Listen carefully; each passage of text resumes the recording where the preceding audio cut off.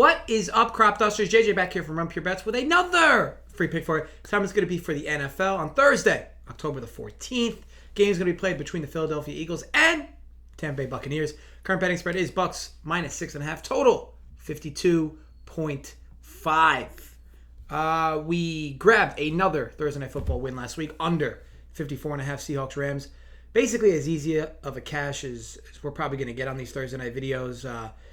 In the NFL, especially for primetime games, we can really never take these for granted. Increases the winning streak on these videos to 3 straight weeks. And look, we'll aim to build on it here.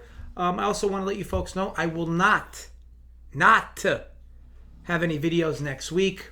I know, cue the tiny violin. Look, the trolls have kind of finally gotten to me, and I just simply need a week off.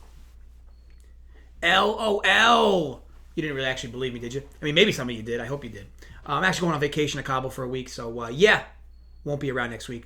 I'll be getting color, drinking Malibu Bay Breezes, which, by the way, are alpha as shit.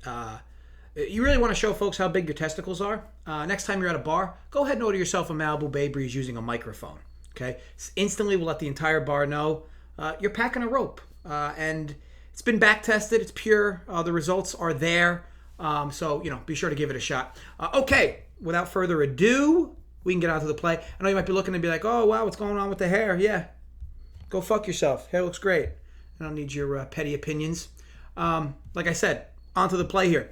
I will start by saying one of the NFL bets I lost last week was the Bucs Dolphins under 48. I thought without Gronk, this Bucs offense would struggle to run the football with efficiency, and the Dolphins would be tough sledding trying to score against the Bucs. I could not have been more wrong. After watching the game, though, it was more of a lack of true pass rush from Miami. Brady had lots of time to throw, and Tampa tightened things up on their end after the first half. And credit to Jacoby Brissett, who's a tough SOB. But Miami actually didn't really end up going over their team total, but Tampa Bay crushed theirs. And either way, Philly won a game in which they trailed for much of, so kudos to them as well. And it was actually their worst offensive output of the season from many stat categories. But look, let's talk more on this matchup specifically. So I really like the Eagles team total here. Over 22.5 minus 114. FanDuel in New Jersey, or 22.5, as the cool kids say. As mentioned just last week, I bet that under full game, Tampa Bay, Miami, where it went over easily. But as mentioned, Miami did not go over their team total despite a really strong start. Tampa did most of the legwork in that one on the offensive end. There's some question marks going in, though, about this Tampa team. Nothing major, but still, Brady's thumb's sore. Gronk out again. A few ancillary players banged up. Offensively, this could once again be a showcase for the Bucs offense. But we've seen teams with a good pass rush where they can rush 4 and get pressure do give Brady trouble, right? It's been his kind of curse over the years.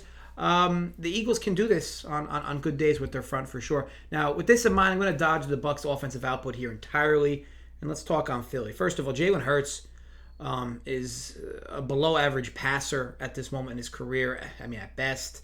I'm no scout, and no, I don't know the dick sizes of every player. But I'll tell you, I watch him play, and he is tough to watch at times throwing the football. The Carolina game recently was woof levels at some point. I mean, there was big windows that he was missing.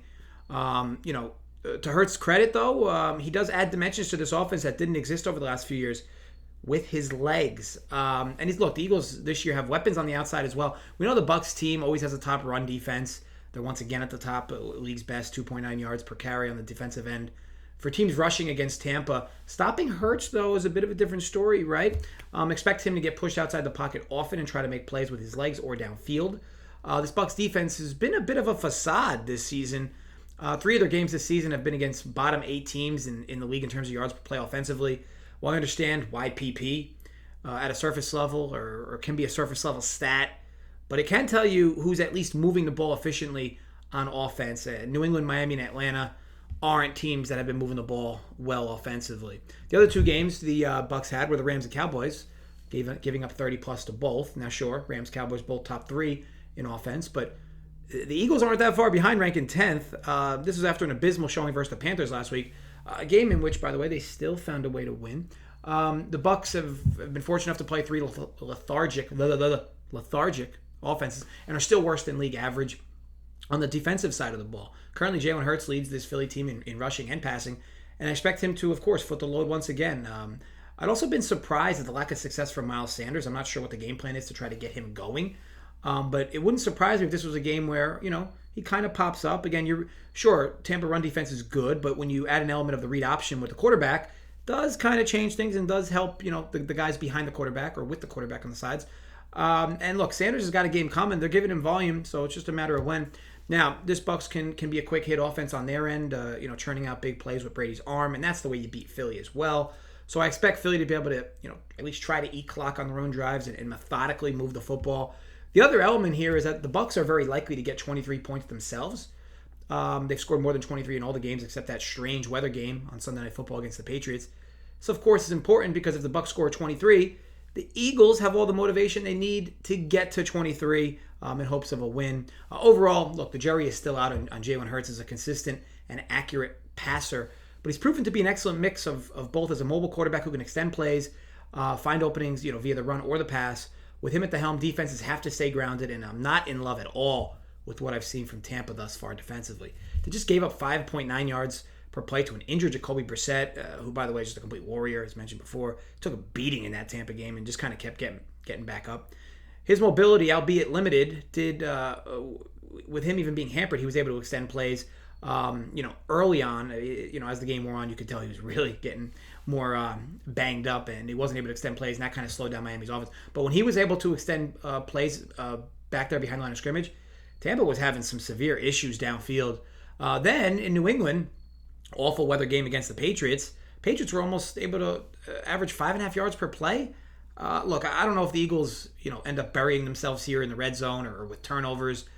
But this offense has looked much better than their previous showing versus the Panthers. And contrary to this, the Bucs defense has looked below average all season, despite the scores. Look, I really like Eagles here over 22.5. Team total minus 114. Got that FanDuel in New Jersey. May the odds be ever in our favor. I want to thank you all for watching. If you enjoyed, thumbs up. Create some fake accounts more. Thumbs up. If you did not enjoy, hope a UFO smashes into your living room. As always, drop comments below your thoughts on the play. And look, let me know who you're betting for Thursday Night Football. Be sure to drop a comment either way, though, because look, no one likes a silent stalker. Got a fun-filled weekend of content coming up. I'm going to have a college football play for you out in a bit as well. Expect more NFL stuff from our channel as well. Even on the Rumpier Sports end, where we'll have the Print Factory show in a few days. MLB content from Joey Work. NFL live shows with Jay. And, look, even more NFL shows with Tyler and Spread for Friday. So be sure to check it all out. But until then, be sure to gamble responsibly. Stay safe, folks, and run pure.